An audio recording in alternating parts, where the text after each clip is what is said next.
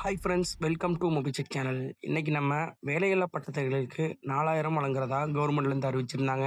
அதுக்கு எல்லாருமே எம்ப்ளாய்மெண்ட் பதிவு பண்ணணும் அப்படின்னு சொல்லியிருந்ததுனால, அந்த எம்ப்ளாய்மெண்ட் எப்படி பண்ணுறது எல்லாம் கேட்டுட்டு இருந்தாங்க. அந்த எம்ப்ளாய்மெண்ட்டை எப்படி உங்கள் மொபைல் வழியாகவே ஈஸியாக நீங்களே அப்ளை பண்ணலாம் அப்படிங்கிறத நம்ம தான் பார்க்க போகிறோம். அது நீங்கள் ஃப்ரீயாகவே பண்ணிக்கலாம்.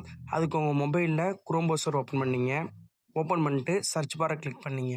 கிளிக் பண்ணிட்டு அதில் டிஎன் எம்ப்ளாய்மெண்ட் அப்படின்னு டைப் பண்ணிங்க. டைப் பண்ணிவிட்டு சர்ச் கொடுங்க. சர்ச் கொடுத்தீங்க அப்படின்னா நெக்ஸ்ட்டு வரும். அதில் ஃபஸ்ட்டில் இருக்கு பார்த்தீங்களா, இந்த பேஜை கிளிக் பண்ணிங்க. கிளிக் பண்ணிங்கன்னா இப்படி தான் வரும். மொபைல் யூஸ் பண்ணுறதுனால 3 டாட் கிளிக் பண்ணி டெஸ்க்டாப் சைட்டை ஆன் பண்ணிங்க. ஆன் பண்ணிக்கிட்டு மொபைலை ரொட்டேட் பண்ணிங்க. Rotate Modi on பண்ணிக்கிட்டிங்கன்னா mobile rotate ஆகும். ரொட்டேட் பண்ணிக்கிட்டு இதை யூஸ் பண்ணிங்கன்னா உங்களுக்கு ஈஸியாக இருக்கும். இதில் வந்து நியூ யூசர் அப்படின்னு இருக்குது பார்த்தீங்களா, 2வதாக கீழே இருக்கும். அதை கிளிக் பண்ணிங்க. இது புதுசாக பண்ணுறவங்களுக்கு இதில் இப்படி வரும். இதில் கீழே ஸ்க்ரோல் பண்ணிங்கன்னா ஐ அக்ரின்னு இருக்கும். அதை கிளிக் பண்ணிங்க. ஐ அக்ரி அப்படின்னு கிளிக் பண்ணோன்னே இப்படி தான் வரும் பேஜ். இதை தான் நீங்கள் ஃபில் பண்ணுற மாதிரி இருக்கும். இதில் name, gender, user ID, password, Aadhaar number, father name, date of birth, address ப்ரூஃப்லாம் கொடுக்குற மாதிரி இருக்கும். அதெல்லாம் நீங்கள் கரெக்டாக பார்த்து கொடுத்துங்க. நான் இப்போ இது எல்லாத்தையுமே ஃபில் பண்ணிக்கிறேன். இதில் நீங்கள் வந்து அட்ரஸ் ப்ரூஃபுக்கு ஆதார் நம்பர் கொடுத்துக்கலாம். கீழே ஆதார் நம்பர் இருக்கும், அதனால் அதையே கொடுத்துக்கலாம். நான் இப்போ எல்லாமே ஃபில் பண்ணிக்கிட்டேன். ஃபில் பண்ணி ஒன் டைம் எல்லாமே கரெக்டாக இருக்கான்னு செக் பண்ணிங்க. இதை நீங்கள் அடுத்தது வந்து எடிட் பண்ண முடியாது. அதனால் எல்லாமே கரெக்டாக இருக்கான்னு செக் பண்ணிட்டு கீழே சேவ்னு இருக்கும். அதை கிளிக் பண்ணிங்கன்னா ஓகே கேட்கும். ஓகே கொடுத்துங்க. ஓகே கொடுத்ததுக்கப்புறம் உங்களுக்கு மறுபடியும் ஒரு ஓகே கேட்கும்.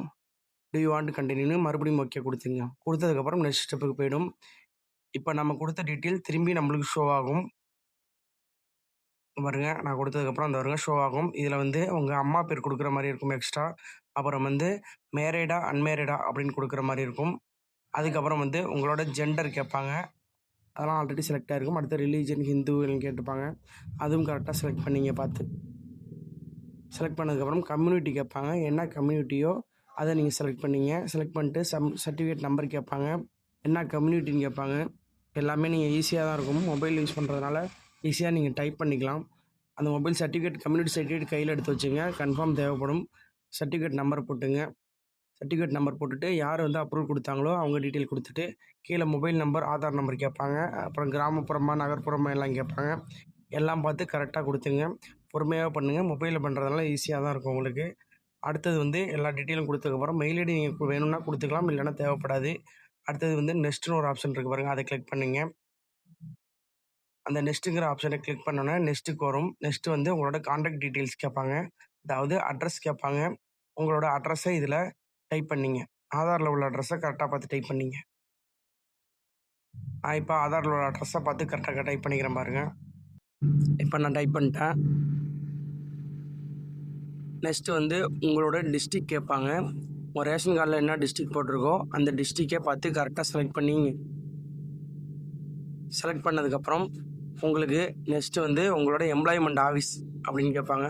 அதில் வந்து உங்களோட எம்ப்ளாய்மெண்ட் ஆஃபீஸ் என்னவோ அதை பார்த்து கரெக்டாக செலக்ட் பண்ணிங்க.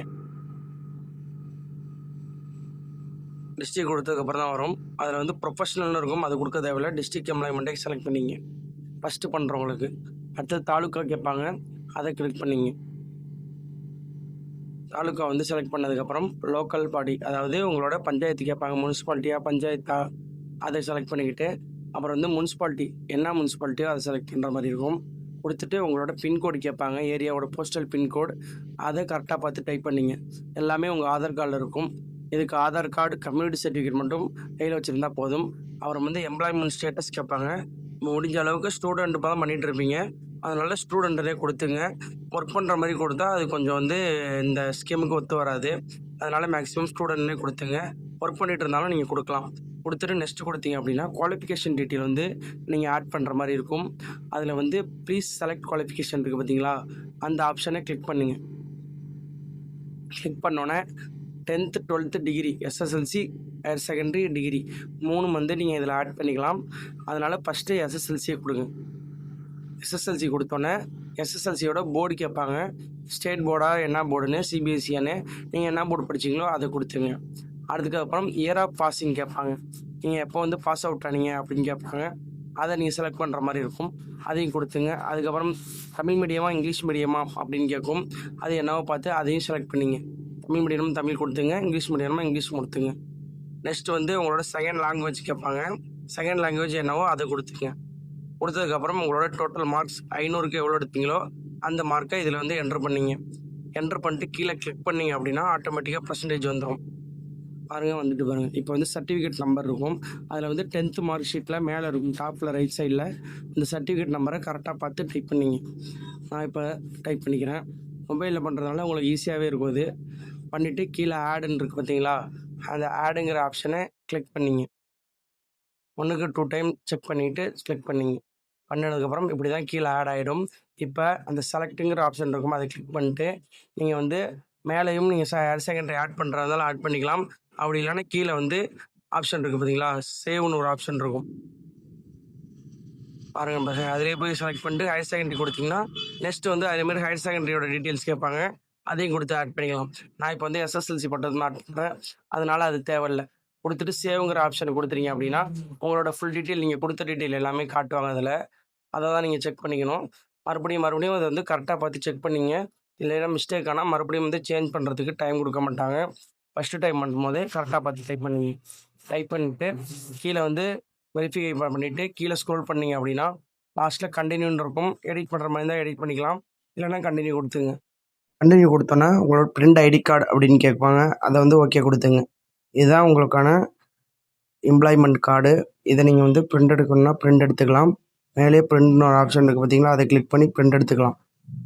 அதை கிளிக் பண்ணி நீங்கள் எந்த ஒரு நெட் சென்டர் போய்ட்டு கூட நீங்கள் டவுன்லோட் பண்ணி அனுப்பிக்கலாம். இப்படி வந்துடும். நீங்கள் வந்து அவங்கள்ட்ட கொடுத்தீங்கன்னா அவங்க உங்களுக்கு பிரிண்ட் அவுட் எடுத்து கொடுத்துருவாங்க. மேக்ஸிமம் கலரில் எடுத்து வச்சிங்க. இப்படி தான் வந்து எம்ப்ளாய்மெண்ட்டாக நீங்கள் பதிவு பண்ணிக்கலாம். இதுபோல் தகவல்களை தொடர்ந்து கேட்க நம்ம சேனலை மறக்காமல் சப்ஸ்கிரைப் பண்ணிங்க.